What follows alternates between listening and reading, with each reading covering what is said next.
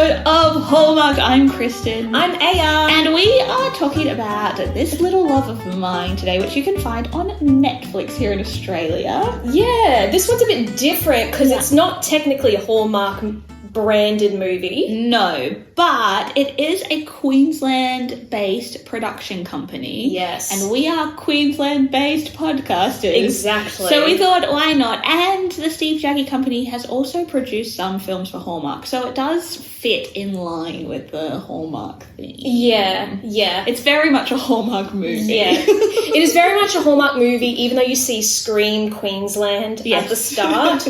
Now, because we're Queenslanders, it's Queensland, we're Australian, this production company's Australian, it feels weird to go in a little bit on the movie, but ultimately it was not good. So you have to review it fairly. Yes, like we do with any other film. Yeah. Look, we love that there is a company that's producing this kind of stuff in Queensland. Yeah. And this film was filmed during COVID. In the you wouldn't know. Epitome top moment of COVID. Yeah. So they they filmed in Cairns. Good old Cairns. Yeah. North Queensland. Nice. Put everyone basically on a little deserted island kind of deal and locked them in a hotel for the duration of filming. Insider information. I know. I did go to the premiere of this movie and listen to a Q&A after a couple of years ago. Oh, a couple of at the Gold Coast Film Festival. So that in itself is quite impressive. Yeah. And the fact that there is a movie that is, the film quality is amazing. Yeah. They have a lot of actors involved, a lot of locals involved. It gave Queensland jobs at a time that there were no jobs. And I think it does an okay job of showcasing that area of Australia. Yeah. I feel like they could... Anyway, we're getting into it. I know. Let's do the synopsis. Okay. And then we'll jump into other things. Yeah.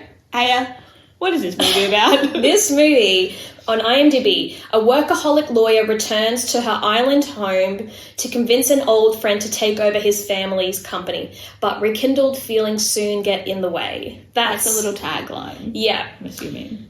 Mine is lawyer girl is girl bossing and trying to become partner. A billionaire who she knows from her childhood, like this Aussie older dude, wants his grandson, who hasn't seen for years, but they were childhood friends, wants the grandson to take over the business, but apparently he said this, that she's the only one who can convince him to do it. Yeah.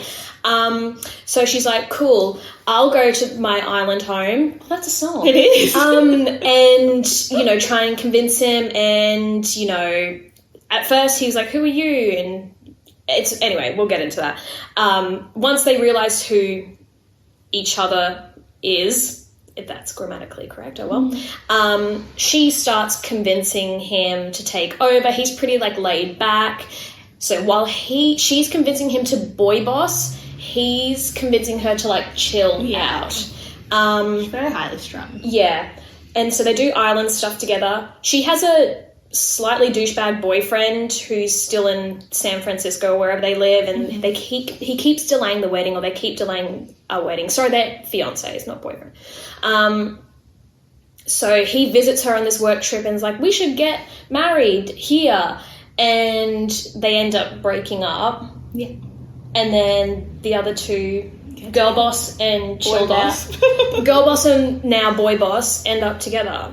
That's pretty much it. But then she also makes partner because he does sign. Yes, and that's the whole goal. Yeah, and then she's like, no, thank you. And I actually don't know what ends up happening. I think they end up staying on the island. I don't know. As per usual. As per usual. She gives up her city job to live that small town island life. I know. Look, it does follow the Hallmark formula. 100%. All the way. I would have loved, you know what, I think I would have loved this movie so much more had they had Australian accents and it not be set in America. I think that would be it would fix so many things. Yeah.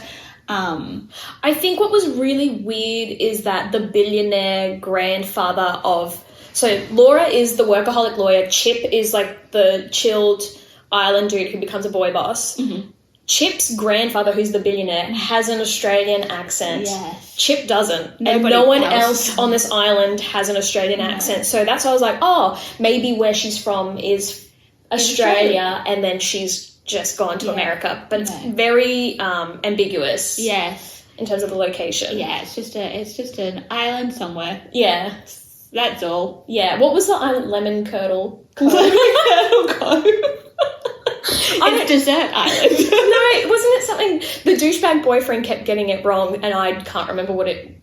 Oh, no. I swear, he kept changing the name. It was like Emerald I can't Cove. Remember. Now all I can think of is Lemon Curdle. I don't think lemon curdle is a thing. I think it's lemon curd.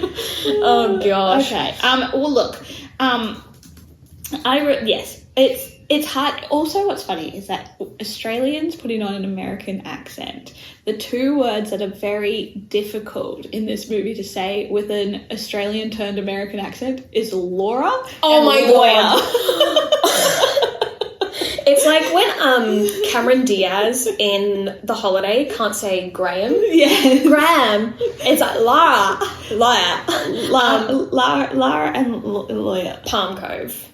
Wait, is where they may have filmed it. Oh, that's not what it's called. Sapphire Cove. Sapphire Cove. Lemon Curdle Cove. It's so close. Sapphire Cove. What's the difference? Yes, and that makes me giggle all the time. And it's not just it's just like across the board because of the way that we say lawyer and Laura. Yeah. When when we go into an American accent. It's just really difficult. And the fact that Laura was a lawyer in this film kind of really sets everyone up for a tricky time. But, like, I find Australians really good at American accents, like, generally. So I found it weird that they just couldn't say it properly, but I don't know. It's difficult. It's difficult. We all have trouble. Can I say I immediately hated the opening Oh, scene? yeah, absolutely. I knew, like, from the minute she opens her eyes in bed, I was like, Aya's going to hate this movie. Because she opens her eyes, like, full face of makeup. Ready for the day. And just is like, touches her necklace and smiles. And I'm just like, you psychopath. You do not wake up like that. No, but now we know that the necklace has sentimental meaning. Yes. But it was just the way no one wakes up like that. And was he sleeping on a hammock and did the same thing? Yeah. Ugh. It was meant to show, it was very much a montage at the beginning to show how highly strung I think she is and how laid back he is, but you don't know who either of them are yet. Yeah. And it is very, I feel like all of the acting in this movie is very over the top.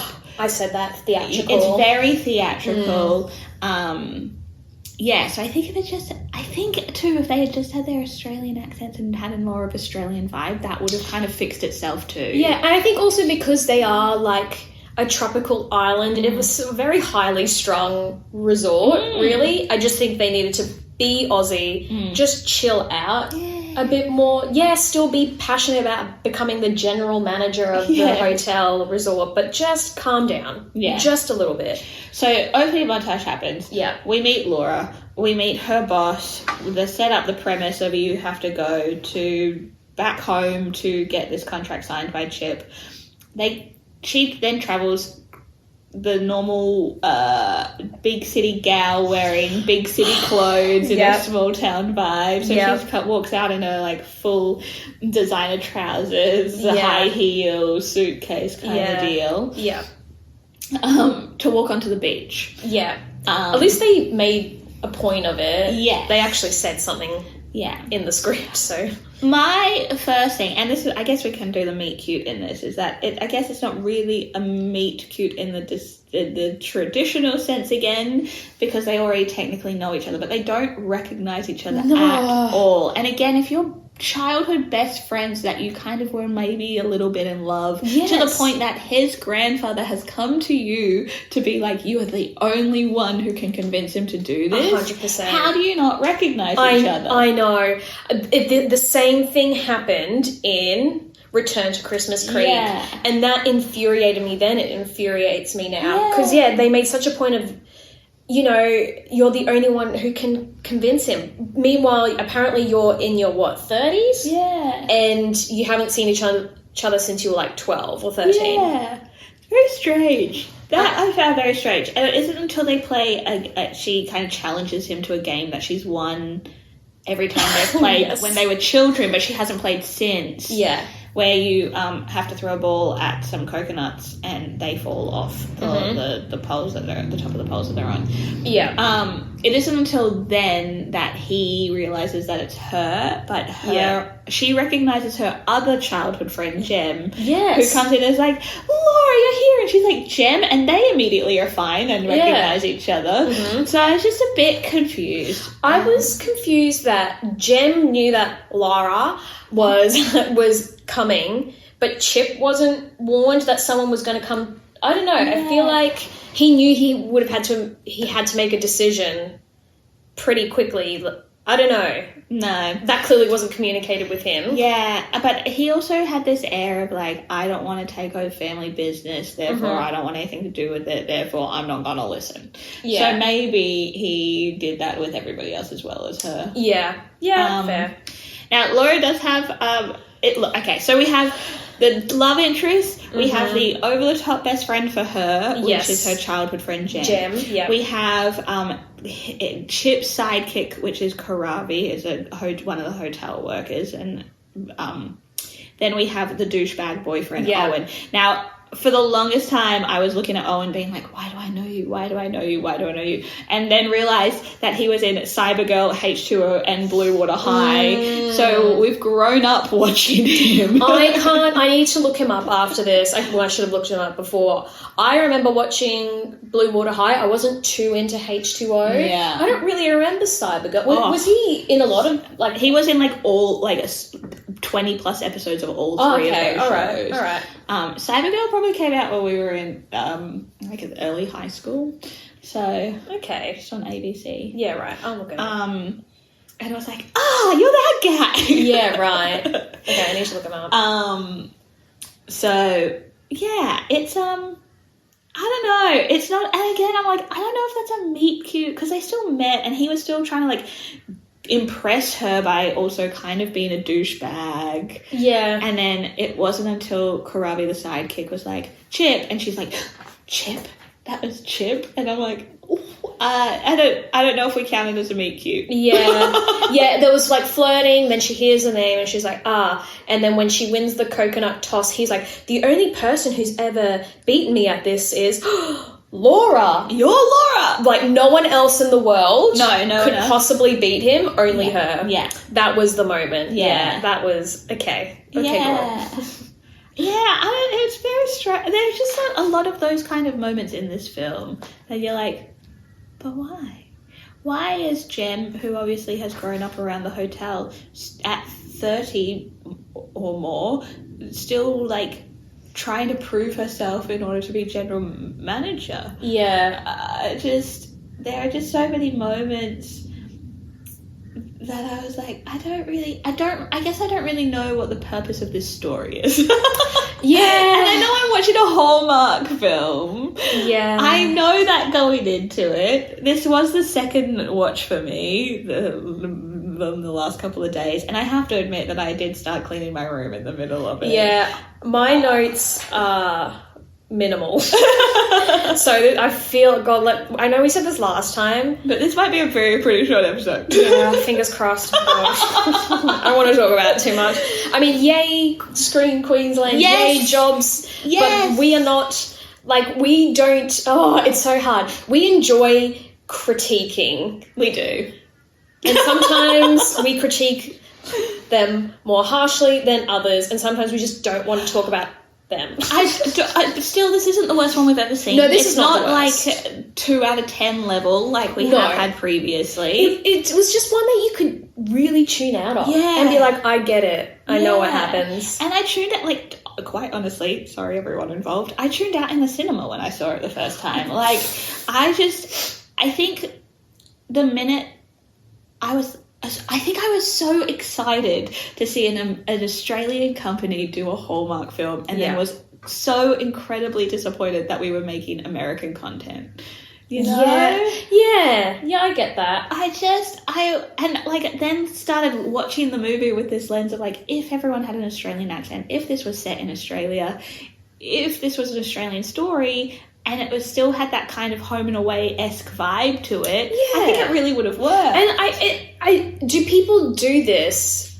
Do they Americanize it because, like, no one's going to want to watch something from Australia? Yeah, Home and Away, Neighbours, all the other movies like Romance on the Menu, perfect pairing where they have such an Australian vibe to them. Yeah. Like, no one, and even, I know it's a Netflix movie, but Falling in Love, and I know it's New Zealand, but he still has a New Zealand accent, right? In that one, like, he's still from, I don't know. Oh, I have to rewatch it. I just think, it would have just had this, essentially home and away quality to it that we still watch, we still love. It still has a following. Yeah. I think people would have enjoyed, like, the city stuff wasn't even that important. Go to be in Melbourne or Sydney, and yes, you're going to far North Queensland, and that's where you grew up. Yeah. And you're not spending much time in Sydney if that's not what you care about. Most of the movie is on the tropical island anyway, so just make it Australian. Yeah. Yeah. Also, save yourself some cash on those dialect coaches. Well, that's the thing. Anyway, back to the movie. I digress yet again. What are your other notes there? Yeah, we talked about corporate attire on the island. She did not change at all. The trope, the biggest trope was the laid-back dude and the workaholic girl. And he says she's a workaholic basically from the get-go. Yeah. Like, they haven't really had that much of a discussion or a chat yet. Yeah. He's like, you're such a workaholic. You need to relax. You're on holiday. It's like, well, actually, she's not there on holiday. She is there to work. Yeah. So I thought that was a really weird thing to say and to push. I mean, yes, she is a workaholic, but she wasn't there for a holiday at all. She was literally there to work, to convince him. She never said she was on a holiday. No. And it wasn't like a visit back home. But also she had no family on the island. Yeah, true. Like, that was really confusing to me too. She saw Jem's parents also work around the hotel. Yeah. So she saw them. She saw the grandfather. They went to this big party, but she doesn't have it. I don't know if that was, again, I tuned down. I'm so sorry. I don't remember hearing it. Yeah. But what about his parents or his family? Like, there's the grandfather. Well, the grandfather says at the beginning, like, Chip's dad isn't capable of taking over. Okay, right. So I just assumed then it was like, there's been some bad blood. Or there's health issues. There's health issues. Yes. Yeah, that's true. The next note I wrote, and I can't for the life of me remember why, he says Laura is weird. No, he says Laura weird? Like, in his American accent? Yeah, no, that makes more sense. See? I don't even know why I wrote it. Yeah, he says Laura. Yeah, no, we've already spoken about that. Just Lara. Yeah. Yeah. It's hard. It's also the same... I think... I was just thinking of another movie, Moira. Yeah. Moira. It's Robin Williams in Hook. Yeah. Moira! Cameron Diaz-Graham. Like, it's just really cringy. Yeah. So he doesn't think Laura is weird. He says Laura weird. Oh my god. And then the final note. Jeez. God. So she's got a fiance who is more of a workaholic than her. And then they kept pushing their wedding back. And the final date pushback was while she was on the island and he's talking to her and he's like, hey, do you mind if we push it back again? I've been asked to go on a work retreat that weekend. And she rightly so says, no, we're going to go on a break, thank you. Yes. But I would have said... F off. Yeah. We are not together anymore. Full stop. Yeah. Goodbye. God bless. Thank you so much for putting your work retreat above our wedding. Yeah, but also what were the other reasons for the pushbacks? Like, they surely weren't because of her. They would have been because of him. I don't know. I think they definitely positioned her and him as a couple, like a power couple. Not a very good power couple. And they work for different firms, I'm assuming that was on the Sharks. Yeah. They really lent into, just honed in on that whole stereotypical lawyer. We're sharks and we hunt, whatever crappy set. But to be fair, like, yes, Owen was, like, super douchey, but Chip was also kind of douchey. He was a bit. He was bit more of a laid back douche. But his laid backness came with this weird ego about how chill he is. Yeah. And then they threw in this, like, he doesn't want to sign the contract to take over family business because he doesn't want to give up his charity work. And I was like, are we just throwing charity work in there to make him look like a good person? Because currently he's also a bit of a dick. And he's all about I don't want to benefit from my family's money or whatever, but you're acting as if you are. Yeah, like you don't work hard. There's no way you could have set up a charity if you didn't have money. If you didn't have the charity that he has set up, where it's building homes and all of that kind of stuff. Yeah. If you didn't have money or connections or a name at least to get you somewhere, I don't know. But I think like Laura was a pretty nothing sort of character. She doesn't really, there's no real growth in there. She just gets home, she realizes she likes being home and that she works too much and that it is fun to kind of let go a little bit. Yeah. Cool. Yeah. And then Chip's like, yeah, okay, you worked it all out for me, and actually maybe if I had actually read some things I would have realized that this was a good deal. Yeah. Yeah, but also you can add your own terms to this. Yeah. And if you're the CEO, you literally can do what you want. Yes.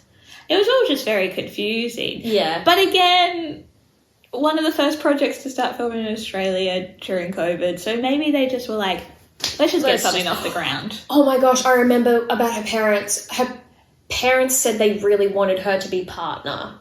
Yes. That's the only reference to her parents. Yes. That's all. And that's it. That's it. That's better than some movies where they just mention someone all the time and then we never get to see them. Yeah, that's true. Look, I don't even know what else to say. Her boss seemed pretty chilled and not like a partner of a law firm. No, and she was like, I'm working on it. She's like, yeah, take your time. Like, that's what I mean about, like, if it had been an Australian vibey movie, that would have made sense. Yeah. You know? There's, like, weird, as long as you're working and you're doing your job, I trust you kind of mentality. Kind of works better here than I would assume in the States. But also she was like, the boss was like, do what you need to do to get him to sign. So that's what she was doing. Yeah. Having more fun, going on horseback rides, snorkeling, drinking from coconuts. Well, that was the agreement. She had to do one fun activity for him to read one page of the contract. And then, you know, she's like, oh, where have you been? I've been trying to call you. Girlfriend, I've been trying to do my job and do whatever I can to get this man to read and sign this contract. Yeah. I mean, it's a pretty fun way of doing it. I reckon. I mean, the fact that she was complaining about going on horse rides and snorkeling. Oh. But she's highly strong, remember? I'm over it. Strong. Now, there are obviously no Christmas trees in this movie because it's not a Christmas movie. Surprise! We have 3 in a row now. Count how many palm trees. I mean, there were about 170,000 palm trees, so approximately, give or take. Yeah, more than a Christmas tree. More palm trees than any Christmas tree we've ever seen. All right. We can do it. Oh, 3 things? 3 things that we like. I haven't actually written I haven't written them down. But I am going to say, I like that the landscape. Cairns is one of the most beautiful cities in Australia. Yeah. I'm glad that it got showcased in this film. Yep. Second, I really...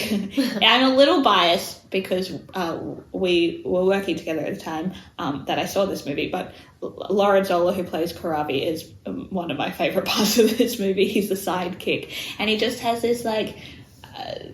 Pacific Islander chill to him, you know, that is quite funny. And yes, a little bit over the top, but it's just a nice juxtaposition to Chip's douchebaggery. Yeah.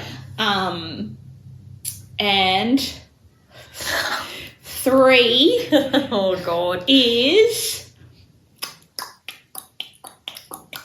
that's my wedding music. 3 is that I Oh, no. Mate, you're struggling. I'm struggling. I've only got one in my head. I'm really struggling.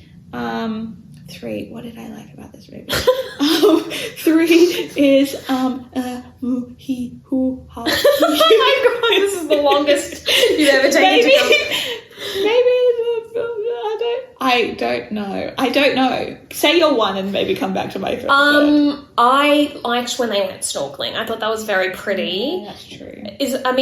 Does coral still look like that? I thought like global warming and stuff. Maybe in that particular part of Cairns. I don't believe that they ran off the beach and ended up in that kind of water, but sure.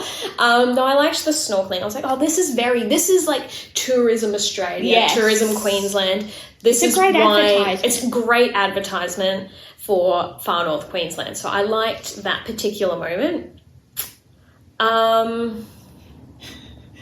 Yeah. Yeah. I've only got one. There were no dogs. There were horses. Okay. We're not just general animals, it's just dogs only. Yeah. Dogs or nothing. I can't say that I found any of the guys attractive because I don't remember what they looked like. They did not stand out to me. I didn't find any of them attractive. Okay. Sorry, boys. Sorry. I mean, you're right, but... You're just not our cup of tea. When we're talking Mike Ruggles level here, okay? And the other dude. Whatever. I can't even remember. And the last one? What was the last one we watched? Oh my goodness, guys. What an episode.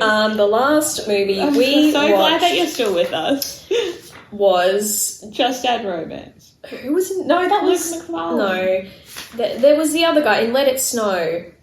Yeah. I can't remember his name. I can't remember that character's name either. He was wearing a lot of flannel though. Yeah, he was wearing a lot of flannel. There's no flannel in this movie. No, oh god, no. So that's not on the list. I think maybe it's just the 2. And then most of it is the fact that... The 1 for me. Or the 3 as a together team. 3, we made it to 3. Even though one of yours was landscape. I do really... and that's the thing, and I'm going to keep harping on about it, is that it is a beautiful advertisement for Far North Queensland, and I just wish that it had been an Australian movie showcasing Australia with Australian actors, and it would have been great. They are Australian actors, all of them. Literally all of them. Yeah. So it would have just been nice. And it wasn't a bad movie. No. It just, I don't know, it just didn't stand out to me. I also think there is a different way. A script written, I'm making an assumption here, so if I am wrong, please somebody let me know. Mm-hmm. That a script written by an Australian writer is going to have slightly different tone to it than an American writer. Yeah. And I think, again, I'm going to keep saying it, if the Australian accent had been saying those lines, I don't think it would have been so jarring. Interesting. Whereas we don't talk like Americans. No, we don't. There is a different musicality, there's different emphasis, there's different jargon. Yeah. So I think it's too, when there are times in movies, and it's kind of like in the remake of things like Kath and Kim and The Office and things, there are lines that you're like, oh, that sounds weird with an American accent. It's because it's not written for Americans, you know? Mm-hmm. So, and vice versa. So, the Steve Jaggi Company have produced a lot of great films. Films very much in the Hallmark realm. We might delve back into other ones because some of them are on the Hallmark channel, so they might pop up and we can compare notes to this one. But I think this is probably my least favourite of the ones that I've seen from Steve Jaggi. So Riptide or Swimming for Gold or Romance on the Menu. Yeah. A Royal in Paradise is about to come out. I can't wait to see that. Wait, is that going straight to Netflix or anything? I think it's going to Netflix here, but I could be wrong. I think it might be going to Hallmark Channel. If it goes, we should watch it as soon as it comes out. Yeah. Yeah, I have. Yeah, it wasn't bad. I think they just could have been just. It's okay to make things Australian. I don't think there's that's it. A problem with that. No, we're good. Love to see an Australian Hallmark film. Yeah, and there are ones that are the same vibe that aren't Hallmark, that are on Stan, so maybe we'll watch one of those. Yeah, so Steve Jaggi Co. Is that what they're called? If you're looking for two writers who just know it. And we love your stuff, we really do, despite what you just heard in the last half hour. This is constructive criticism of how you can do better. And I think you should take it on board and hire us. Can you imagine walking into the office and they'd be like, so we listened to that episode where you absolutely slammed our movie. Ooh. Sorry. It's just that one. Yeah. Romance on the Menu is better than this. Yes. Oh, 100%. Yes. I've watched that, a few times just because I felt like it. Yeah. And not because it's all great, but just because it's like, it's easy watching. Yeah. And you want to go back to it. Yeah, it's not bad. No. Rating? Look. I see yours. I think across the board, this movie was pretty average. And I'm not saying, like, it's not bad, it's not good, it's just like, yeah.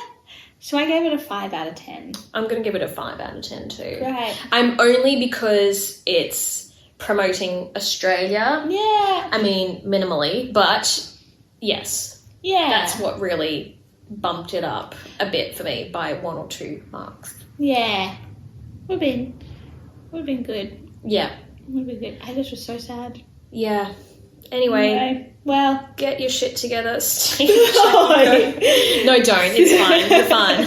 You are, like, the rest is good, and, like, we have seen others. It's just this one just feels... Not every movie's gonna land. Yeah. And it's just one of those ones. Yeah. And we're not gonna like every movie we watch. We very rarely seem to like a movie that we watch. Oh, no. I can't wait to watch a movie where... I feel like we've said it before, where we just talk so positive. It's never going to happen. But, like... Where we both talk so positively about film? Yeah. Anyway, let's wrap this up. If you would like us to watch any particular movies, then please let us know. And you can do that via many platforms. See. On Instagram and TikTok at HallmarkedPod. Yep. You can email us at hallmarkedpod@gmail.com. Yep. You can post your own story, tag us in it, whatever. Yeah. Do whatever you need to do to tell us what you want us to watch. Exactly.